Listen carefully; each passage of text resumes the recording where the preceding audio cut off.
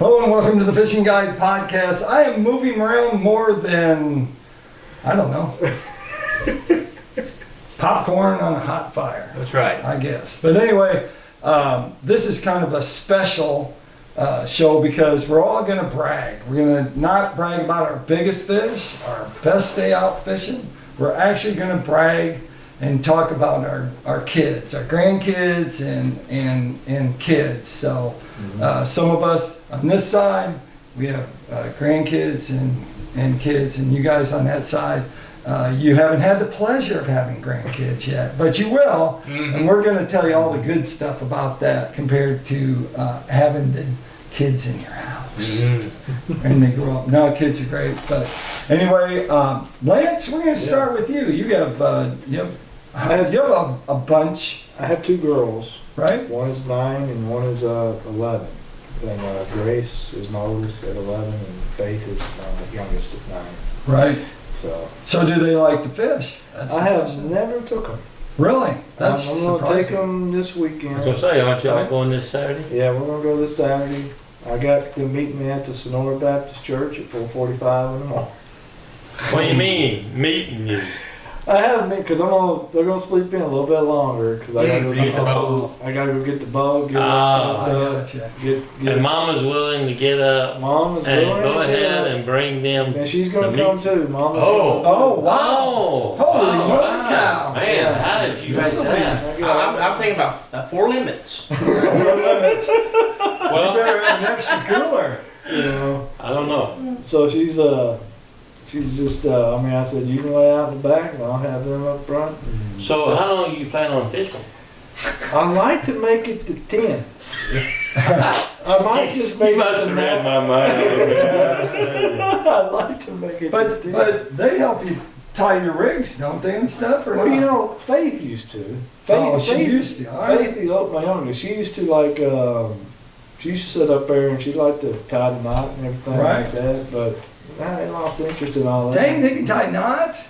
I mean, you You know, made she them would put sit them in there a and boat? would try. You know. Oh, yeah. I mean, That's, she was only like 5 or 6, so but she'd sit in my lap the whole time. have you done any different preparation for this trip? Like extra snacks or? No, I'm just saying. No? You know, I'm on a power pop, and my wife asked me, "You got snacks for us?" I got probably some stale Cheez-Its in the bag.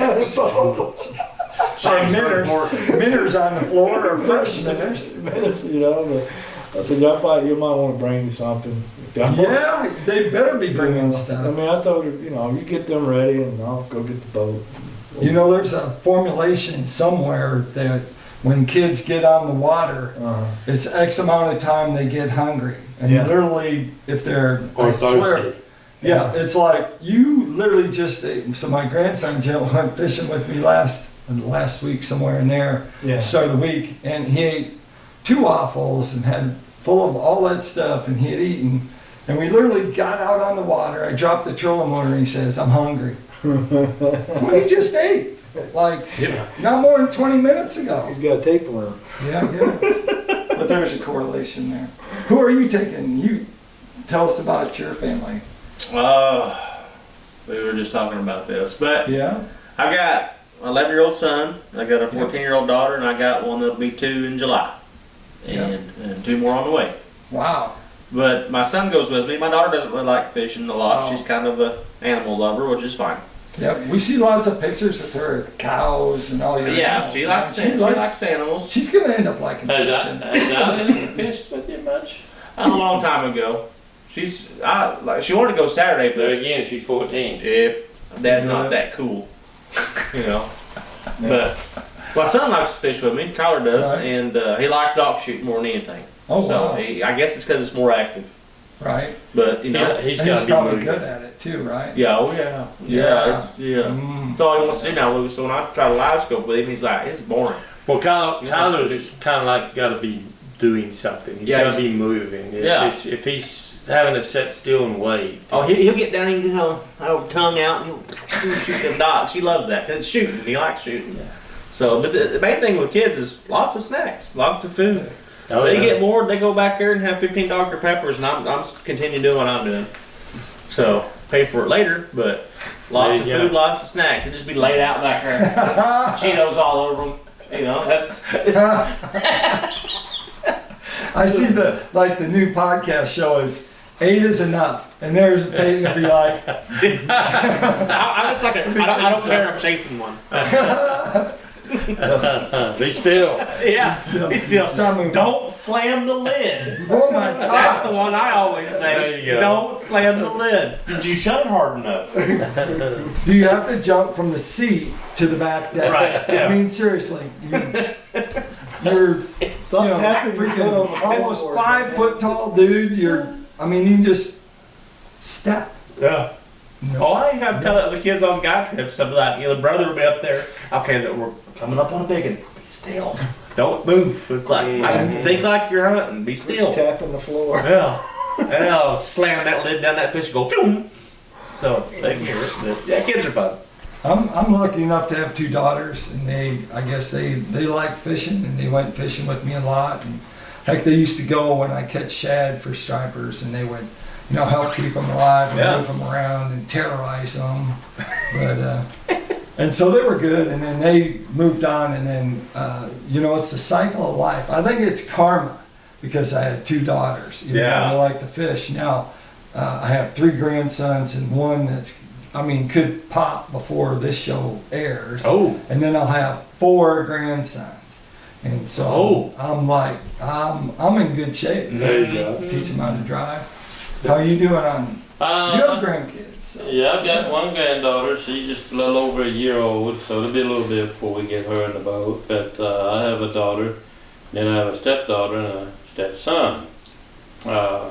So Kaylin, my daughter, she likes to fish, and a lot of in the beginning of her wanting to fish, I was more into the bass fishing. Right. And then I went through the divorce, and of course at that point we went along years of not doing anything because we couldn't afford to go fishing. Right. And then one of the most memorable trips I can remember with Caitlin is that was back when I still had the champion, and we were crappie fishing, and we was going to put in at Hughey Creek, and I looked down and she's got her flip-flops on. I said, Caitlin, it's 32 degrees. And she said, well, Dad, I got socks on. Oh. And I'm thinking, okay. So I told her, I said, sit on your feet and maybe you'll be okay. Well, I made a run from Hughey Creek to Horseshoe Bend at 28. By the time we got down, it was about 28, 30 degrees. Ooh. And we get to where we were fishing. And it was actually in 3 fingers. In the back end of 3 fingers, and I finally found them up there, and I know she wasn't casting. Turned around and looked, and she has her socks pulled off and her flip-flops off, and I told her, I said, look here, aren't you fishing? She finally looked, and she had a tear running down the corner of her eye, but she had her feet on the cowling of the motor. And she said, this is the warmest spot there is. I'll start fishing in a few minutes. So what was really cool about that then, it was no time, and we literally had our 30. I mean, within an hour or so, we had 30 crappie. Well, Dad called, and he's having boat trouble, and he's down here at Point 12 on that old dead-end road ramp. But he's in Piney Creek. And the wind was real bad, and he couldn't get back to the ramp. So I made the run all the way back, and we pulled him up to the bank, got him on the trailer, and Kaylin, she said, Papa, y'all caught anything? He said, we caught 1. Here, y'all can have 29 of ours. And Papa was like, no, you keep them. He said, and besides, why 20? 30's the limit. You got 1, 29, that's 30. So we gave them 29 of our fish, and we made the run back and caught our 30. And then that afternoon, I had to bring Megan and Kyle and my wife and all. And we didn't quite get everybody's limits. We got 45. But that was a venture because Kyle's ADHD, and he had to be, he couldn't keep his hook in the water long enough to catch something, and or very many. So between Caitlin and my wife, they just kept me busy taking fish off. And Megan was just a little bit timid to the boat. So that was pretty much the most memorable trip I had with my daughters, I guess. And Lance, you said that your daughters haven't been fishing much or all, but do you have a trip like with your dad or your wife that you went out that you remember? Yeah, with my dad. When I grew up in East Arkansas, we used to fish a lake. It was Oxbow off Mississippi River, called Corona Lake. This back when we used telescopic poles. You know, we had old school telescopic. Need you one of them ambushes. I'll get one. It's going. But this was actually a B&M, what they call a Cadillac, 10-foot telescopic pole. But that was probably, I don't know, 7 or 8 years old. And so we're fishing along the bank, you know, and you got, you know, here over there you got all the trees that kind of hang over. So you got one eye up, you know, looking up in the tree, and one eye down on the pole because, you know, you got snakes and stuff. But so I'm pitching in, and this, you know, pole missed a bite, you know, slung it up, and it got up in the tree. And so it's up in the tree, and I'm like I'm standing up, we're in a flat bottom. This is basically old school where you're sculling the boat. Scroll paddle? Yeah, I'm up there, and I got a big paddle on the back, and I'm just trying to keep myself off the bank. That's all I use it for. But so my dad, you know, and I'm like, you know, I don't know, my dad, I don't know what he was thinking, but he just kept on paddling. And I'm like trying to get this, I'm standing up in this flat bottom, and he just keeps on paddling, and I fall out of the boat. Because he just basically just kept, I'm like trying to walk and so basically on the edge of the boat, and I'm standing and I fall out. So, but I got to do this on the camera here, but so I'm not completely out of the boat. So I'm like this. Like this. I'm like this. And so I had to get out. You know, Dad's up in the front. Dad's up in the front. Dad's in the front. And he's like holding it. He's like, you gotta get out of the boat to get back in, or you're gonna tip. You're gonna have to, or you're gonna tip us over. Oh God! So I had to jump out and then get back in. But you know, that was a quick, because it was like we were like in 5 foot of water. So I didn't go down. And then climb back in, and then we were just sitting there, and I just sprawled out, and he just sitting there like his face is just blood red, just laughing.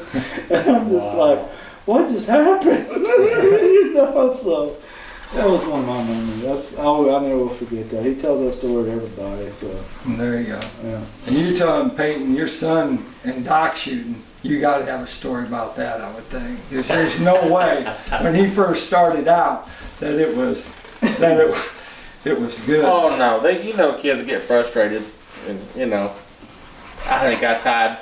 Well, I was training about 400 jig heads on that day. But luckily, I had my old jump pack. My fingers hurting. I mean, ting, ting, ting. You know, but you know, eventually he figured it out. But I got a funny story with me and my dad once. Yeah.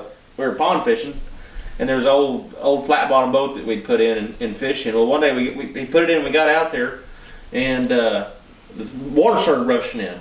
And I was just little, I started freaking out. He forgot to put the plug in the boat. So he's like, no, we get back to the bank. You catch the boat. Well, we got close to the bank. I bailed out because I'm freaking out. Well, he went down with the ship. Well, I talk about a chewing I got that day, boy. Both sides. Yeah. That old nasty pond, he went down and got in that mud. Oh man, he come out there like a wet head. Boy, he's mad. You're supposed to catch the boat. Because when I jumped out, the boat it pushed the boat back out. There was Dad going down, his little hat was floating. All the fishing poles and stuff.